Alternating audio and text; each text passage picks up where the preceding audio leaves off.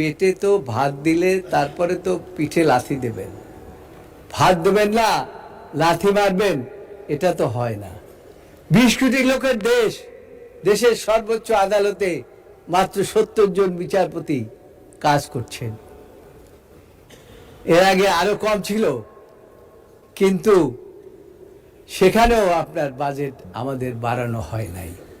আইনজীবীরা সবচাইতে বেশি রেভিনিউ দিয়ে থাকে আমি বলি, তার কারণ মামলা ফাইল থেকে আরম্ভ করে শেষ পর্যন্ত প্রত্যেকটি জায়গায় কোর্ট ফি দিতে হয় মাননীয় স্পিকার, এটা আপনি ভালো করে জানেন। কিন্তু এই বিচার বিভাগের সম্বন্ধে কোনো বাজেট এখানে দেওয়া হয় নাই।